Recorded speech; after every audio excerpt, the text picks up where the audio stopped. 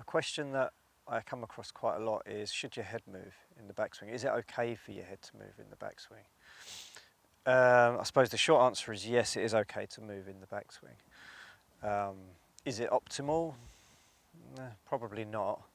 Again, it depends on what you're after. So first of all, let's just clear up a couple of facts here. So there's been some confusion in terms of head movement and weight shift. So you'll see everyone, say, no, you should have a nice big, strong weight shift so you can really push off and come back again. But then also say keep your head still. Well, how do you shift your weight and keep your head still? I mean, does it look like that? Probably shouldn't. I'm not sure that's the best move in the world. So what you're looking for, how do you shift your weight and not move your head? Because I think that's just what everyone would think you'd need to do to shift your weight, is get over there. Especially these guys that insist on keeping a flex right knee, and you end up, that turns into a pivot, they turn around it and they move off the ball. Well, the weight shift, it's passive. It's not something you really go after. I mean, in my base model anyway, what you're looking to do is stay completely centered. You feel like you have not shifted off to the side at all, but you will still shift your weight.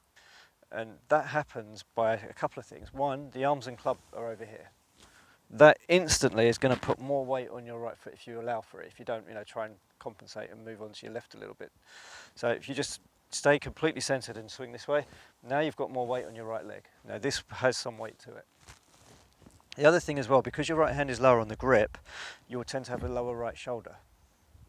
So as you turn back, without even trying, again, no sideways movement at all, you'll find that your chest is now a little bit more over your right knee than your left knee, which is putting a little bit more weight into your right foot with no lateral sway or slide whatsoever. Just completely turning on the spot, there is now more weight into that right foot. And you're looking at anywhere between 60 and 70%. I mean, normally I'd go 60 to 65, but everyone's slightly different. We all have different builds.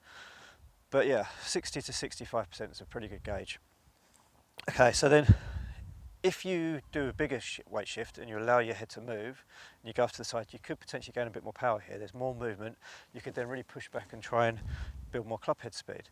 But there are problems with this. I mean, one of them is that your weight might tend to go a little bit more to the center or even the outside of your right foot, which is can be quite hard to push back from. Whereas if you stay centered and do a more passive shift, a smaller amount of weight shift, then it's much easier to push off from the inside of your right foot.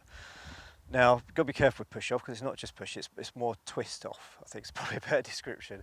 So as you've wound up in the backswing, the right knee will reflex as you're turning back again and put you in a position where you can push off. And your knee is automatically slightly inside your right foot, allowing you to push. For example, you might want to be out here, because then that's quite hard to push. Then you get on the inside and push. And that's going to help you generate power. So the point is that the head movement wants to be completely still in the backswing. It doesn't want to move off to the side. If it moves off to the side, then you've got to try and get that back again. There can be some power gains here, but I don't think it's the most efficient movement in the world. There are plenty of pros that can do it, can be done. But the other thing to bear in mind here is recognise how much movement there is. So when you'll see tour pros moving their head around, it's normally only a couple of inches at the most, which is quite a small amount. If you film yourself, you might find that your head movement's already moving 4, 6, even 8 inches or more sometimes, and you wouldn't even know it's happening. So for most golfers, regardless of what you're doing at the moment, a general rule of thumb is not bad just to say keep it centered, keep it still, and that's probably going to do you more harm than good. More good than harm. So yeah, keep it still. Now in terms of up and down, again, this isn't a massive issue. You could potentially lift up a little bit and generate more power. You could potentially drop down a little bit and then have less movement still on the way down, keep that same height so you can get your divot and get forward. There is a bit of scope there, but again, general rule of thumb, keep it still, don't let it go up or down. If you do everything right, if your knee movement's quite right, i.e. your right knee straightening up, your left knee doesn't bend too much, and you're side bending correctly, you find that you can hit exactly the same positions that you were at setup. You can find all your lines, and your height will maintain really nicely. When this left knee bends, that's when trouble seems to creep in. That can suck you down in height, pull you onto your left leg, pull you over here, or if it bends this way, it turns you into this sort of zigzag position. Again, you could be on your left leg, or if you're compensating, you could go over here. All kinds of problems. So, general rule of thumb, try and keep your head as still as you possibly can. In the backswing. In the downswing, it's much more dynamic.